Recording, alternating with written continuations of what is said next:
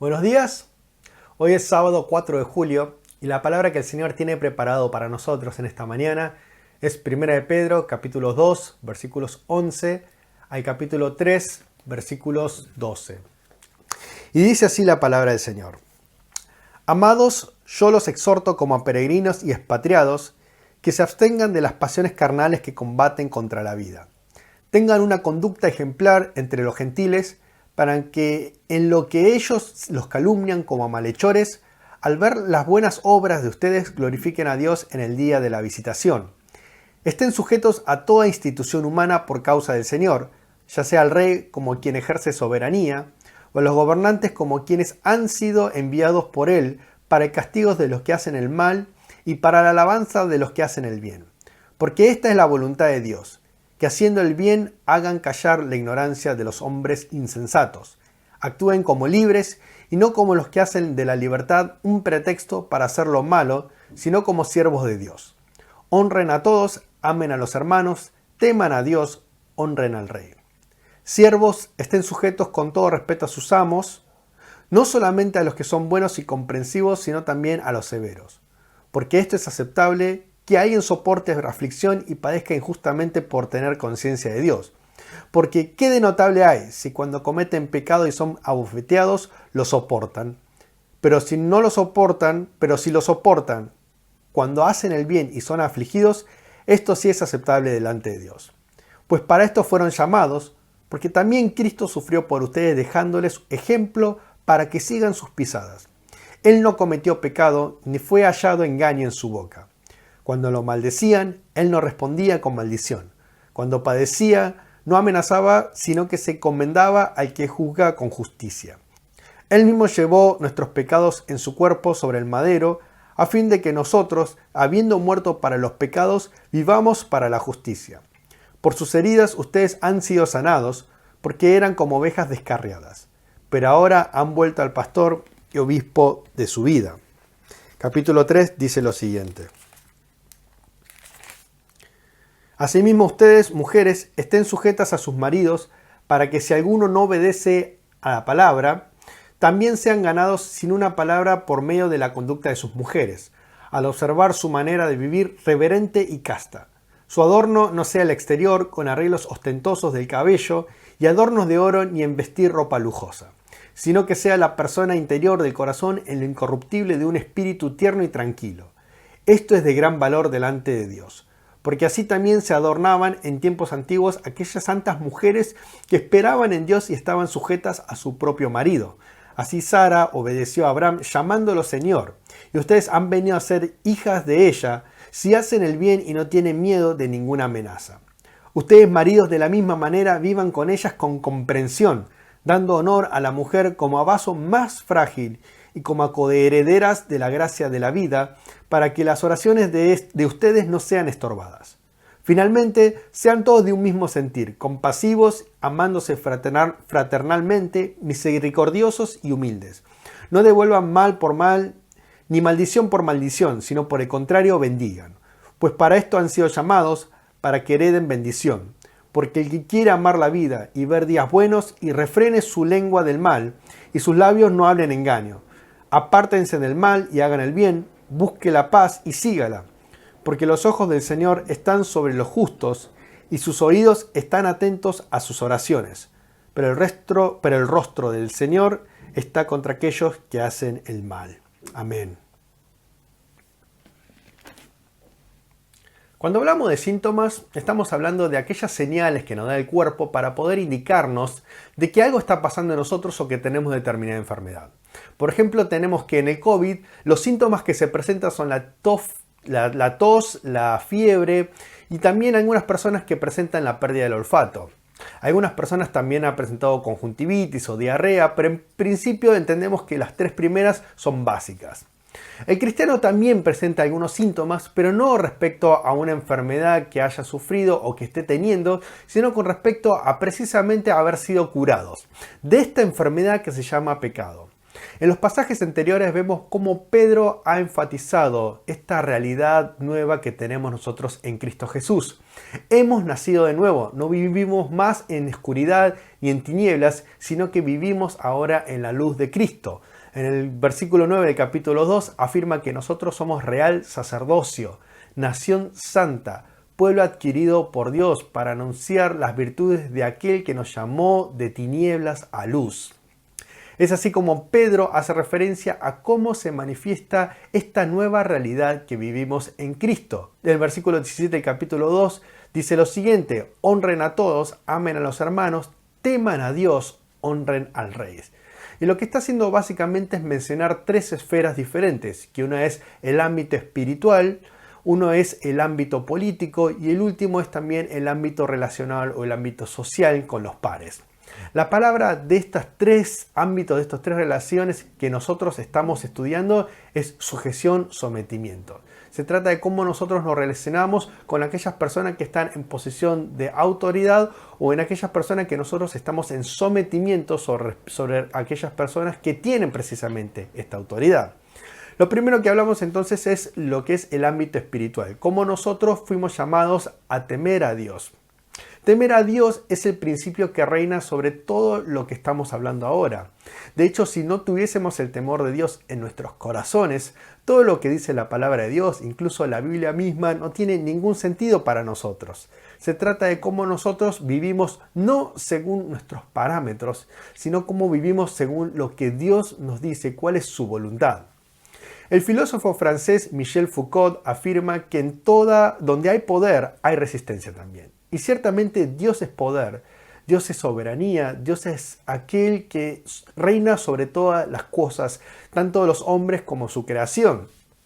Y hemos visto cómo en Génesis 3 somos testigos de que el hombre ha caído y por lo tanto en esta condición de hombre caído se rebela constantemente contra de Dios. No quiere que Dios reine, sino que el hombre y la mujer quieren reinar. Quieren tomar sus propias decisiones, quieren vivir sobre sus propios parámetros y no según lo que Dios quiere. Y es así que nosotros creemos que somos libres cuando tomamos nuestras decisiones, cuando en realidad estamos viviendo esclavos de otro señor que es el pecado. Vivimos esta realidad en donde esta aparente y mentirosa libertad nos lleva a lo que es la muerte, a la destrucción, a la perdición espiritual y física. Pero al ser nacidos nuevamente nosotros en Cristo Jesús por medio del Espíritu Santo, nosotros vivimos no ya más en las tinieblas, sino que vivimos en luz. Esto significa que nosotros ahora podemos someternos voluntariamente al Padre, amarle de todo corazón, servirle a la voluntad de Él y no a nuestra propia voluntad. Por supuesto que todavía quedan los residuos del pecado en nuestro cuerpo mortal, por eso clamamos: miserable de mí, ¿quién me salvará de este cuerpo pecaminoso? Pero es así que también declaramos que gracias a Cristo Jesús nosotros ahora vivimos y queremos vivir según los designios de Dios y no según nuestras propias opiniones. Lo segundo que entendemos entonces es el ámbito político, y es aquí que yo quiero hacer una aclaración. Personalmente he tratado de buscar la manera de no tener que hablar de política cuando esté compartiendo la palabra de Dios, porque siempre es incómodo hablar de política al tener diferentes opiniones, los cuales generan diferentes discusiones y problemas entre los pares. Pero evidentemente el Espíritu Santo quiere que nosotros sepamos cómo comportarnos como personas que están viviendo en este ámbito cívico, en relación a personas que también no son cristianas, pero convivimos en una misma ciudad, en un mismo país. Y nos encontramos en una relación también de poder con aquellas personas que ejercen este poder político. Pero pensemos lo siguiente. Cuando hablamos de Dios, estamos hablando de que Él es perfecto poder y que su voluntad es perfecta y que siempre busca lo mejor para nosotros, aun cuando nosotros no lo vemos. Pero pensemos con respecto a aquellas personas que están ejerciendo dominio, autoridad sobre nosotros y no son perfectos como Dios, sino que sus voluntades están viciadas con pecado. Ellos mismos están buscando, muchos de ellos, su propio beneficio, su propia tajada de la torta, por lo cual nos preguntamos por qué me voy a tener que someter a aquellas personas que yo creo que son corruptas. ¿Por qué voy a confiar en alguien que yo realmente no confío? Muchos habrán querido justificar este no sometimiento a las autoridades porque mi lealtad no le pertenece a ninguna persona sino solamente a Cristo Jesús. Y esta es una verdad que también es una realidad en nosotros. Nosotros tenemos a Cristo Jesús como el objeto a quien le entregamos nuestra lealtad absoluta. Ni mi jefe, ni mi presidente, ni aquellas personas que están al lado mío merecen mi lealtad absoluta porque solamente le pertenece a Cristo. Pero si verdaderamente nosotros somos libres en Cristo Jesús, de tal manera que no estoy sometido a nadie, esto no significa que yo vivo haciendo lo que yo quiero, sino que precisamente es esta libertad la que me constriñe a vivir en servicio de los demás. ¿Qué quiere decir esto? Que mi libertad en Cristo Jesús y mi lealtad hacia Él se manifiesta en esta forma de vida, de tal manera que yo no pongo en los demás obstáculos para el Evangelio. Mi vida sirve al propósito de Cristo y el propósito de Cristo es la salvación de las almas, no solamente la mía, sino también de los demás. Dice en el versículo 13, estén sujetos por causa del Señor a toda institución humana. La razón por la cual nosotros nos sometemos es Cristo Jesús. Por supuesto que hemos visto diferentes ejemplos en la narrativa bíblica de diferentes personas o el mismo pueblo de Dios que se rebelan en contra de la autoridad política. En Éxodo vimos cómo Israel se rebela contra el faraón para salir de la opresión que están sufriendo. Y en el libro de Daniel vemos cómo Daniel y sus 3 amigos desobedecen estos mandatos y estos decretos políticos para presentarle la lealtad a Dios mismo. Parece que el principio que reina en nuestro sometimiento a la autoridad humana es que entre tanto que no se presente ninguna ordenanza en contra de los mandatos divinos, nosotros tenemos que presentarle un sometimiento. ¿Qué significa esto luego de 100 días de encierro? 100 días en donde estamos encerrados en casa y no podemos trabajar libremente o trabajamos con miedo. ¿Debemos seguir obedeciendo?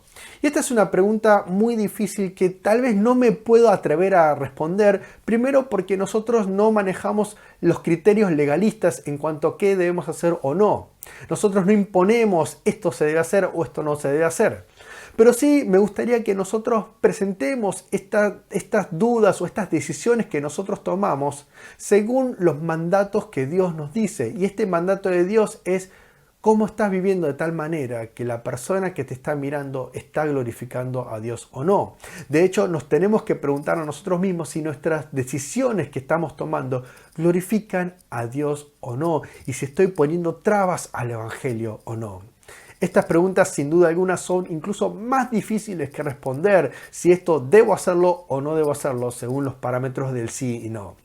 Pero recordamos que nuestros principios no se manejan según lo legalista, según aquello que se permite o no se permite, sino según cómo yo estoy glorificando a Dios en mi vida o no, si yo estoy poniendo trabas al Evangelio o no. Y el tercer ámbito que nosotros recibimos hoy de parte de Pedro es el relacional o en relación a aquellas personas que están alrededor nuestro, que tenemos una relación de poder, de superioridad e inferioridad, pero con aquellas personas que no tienen esta autoridad, como por ejemplo lo que es político o incluso con respecto a Dios. Estamos hablando del matrimonio y específicamente tenemos que dice, mujeres estén sujetas a sus maridos. Este es un pasaje que aman los hombres. Hombres que están abusando de su poder y que buscan a través de este pasaje bíblico imponer un poder que no está autorizado sobre sus esposas. Un profesor del seminario nos comentó que este es uno de aquellos versículos que el marido jamás debería de recordarle a su mujer, porque se trata de un pasaje que está dirigido a la esposa, no al esposo. El principio que tenemos acá es el mismo que estuvimos hablando en todo el pasaje bíblico. Se trata de cómo nosotros estamos glorificando a Dios a través de nuestras acciones. Y aquí la mujer específicamente está glorificando a Dios a través de su comportamiento, de tal manera que el marido que no está en la fe o que está viviendo una fe de manera incorrecta, vea las obras de la mujer de tal manera que glorifique a Dios y sea ganado para la gloria de Cristo.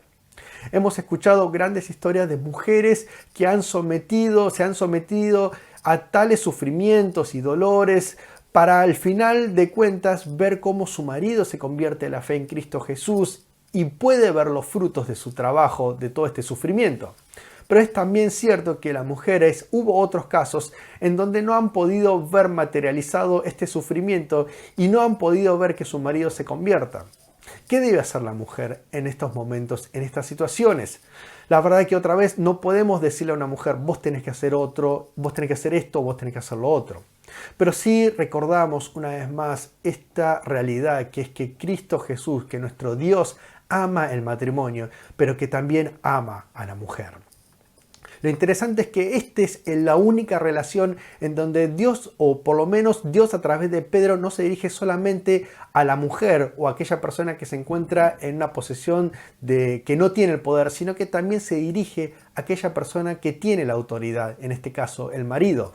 Dice en el versículo 7, maridos, vivan dando honor a la mujer como un vaso frágil.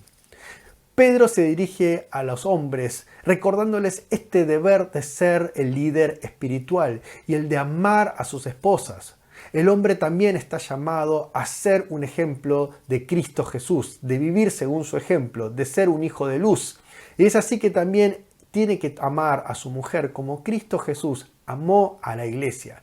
El marido está llamado a amar a su mujer, así como también la mujer de someterse al liderazgo espiritual del hombre.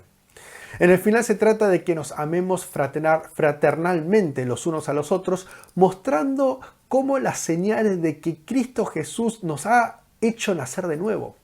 Que nuestro corazón brote aguas vivas, que muestre estas señales de que nosotros vivimos una nueva realidad en Cristo Jesús. El ejemplo que tenemos de nuestros pasos en nuestro caminar es precisamente la vida de Cristo Jesús, quien no cometió pecado, ni fue hallado engaño en su boca, según lo dice en el versículo 22. Y aún así sufrió por nosotros, sometiéndose a estas potestades inferiores, volviéndose hombre, aunque era Dios. No consideró ser Dios como algo a que aferrarse, sino que se humilló a sí mismo, tomó forma de hombre y fue obediente hasta la muerte y muerte de cruz. Que los pasos de Cristo y que la gloria de nuestro Dios Padre sea el parámetro por el cual nosotros tomamos todas las decisiones en nuestra vida cotidiana. Vamos a orar. Padre Celestial, te damos gracias y te damos gloria y te confesamos que te amamos porque fuimos llamados de tinieblas a luz. Ahora vivimos esta nueva realidad y pedimos, Señor, que sea esta realidad cada vez más palpable, no solamente para nuestros propios ojos, sino para los demás. Que tu gloria sea una realidad en nuestras vidas de tal manera que aquellos que nos miran puedan glorificarte, Señor, a través de nuestras obras. Ya sea dándote gloria a ti, ya sea, Señor, aprendiendo a vivir de una manera que se someta, que nos sometemos a las autoridades civiles, y ya sea en nuestra relación con los pares, y especialmente con nuestros padres o con nuestros maridos o mujeres. Queremos, Señor, vivir de una manera que te dé gloria a ti. Te pedimos que nos guíes y nos ayudes a vivir de una manera que refleje los pasos de Cristo en nuestros corazones, que la huella de Cristo Jesús sea manifiesta, Señor, que podamos mostrar al mundo la luz de Cristo Jesús. Te damos gracias y oramos todo en el nombre de Cristo Jesús. Amén.